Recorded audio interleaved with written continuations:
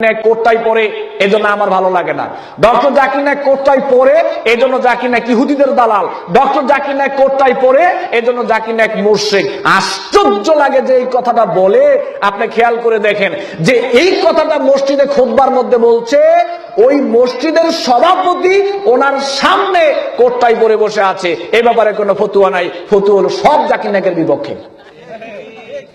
ওনার সামনে কোটটাই পরে বসে আছে লোকটা জুমার নামাজের মুসল্লি, তো সে মুশরিক হয় না, জাকির নায়েক মুশরিক হয় কেন? ঘটনা এখানে আরেকটু ঘাবলা আছে।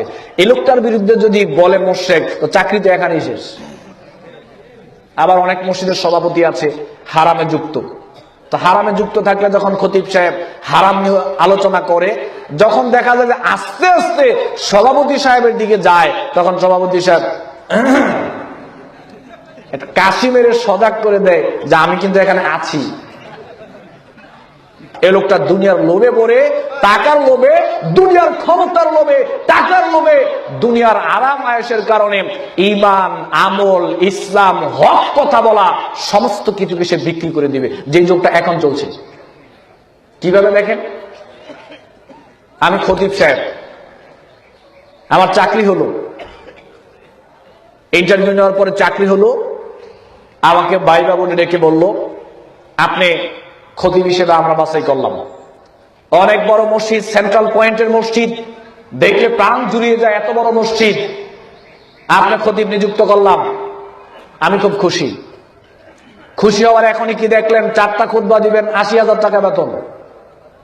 আমি আরো খুশি। জিনা খুশি হও, এখনই শেষ নয়, এক্সকল একটা গাড়ি থাকবে আপনার জন্য। আমি তো আরো খুশি। না না, এখনই খুশি। কি দেখলেন, একটা বাড়ি থাকবে আপনার জন্য। 4টা খুতবা দিবেন, 4টা খুতবা দেওয়ার মধ্যে 80,000 টাকা বেতন, একটা বাড়ি, এক্স করোলা গাড়ি। খতিব সাহেব মহা খুশি, আসমান থেকে পড়েছে মনে হয়। জি, আমি চাকরি করতে রাজি। জানুয়ারি মাসের প্রথম জুমা গেল, দ্বিতীয় জুমা গেল, তৃতীয় জুমায় খতিব সাহেবকে ডাকানো হলো। সভাপতি সাহেব খতিব সাহেবকে ডাকলেন। বাস্তবতার সাথে মিলিয়ে কথাগুলো বললাম।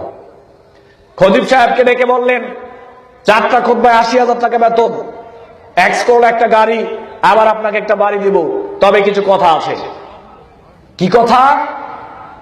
জানুয়ারি মাসের তৃতীয় জুমা থেকে যে খুতবাটা চলবে, ওই খুতবাটা আমি যা বলতে বলবো আপনি শুধু তাই বলবেন।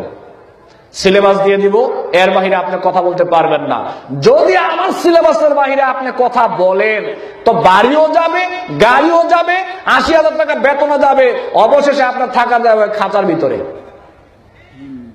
বাড়ি যাবে, গাড়ি যাবে, 80,000 টাকা বেতনও চলে যাবে, সর্বশেষ বেশি বাড়াবাড়ি করলে লোহার খাঁচার ভিতরে আপনার থাকার জায়গা।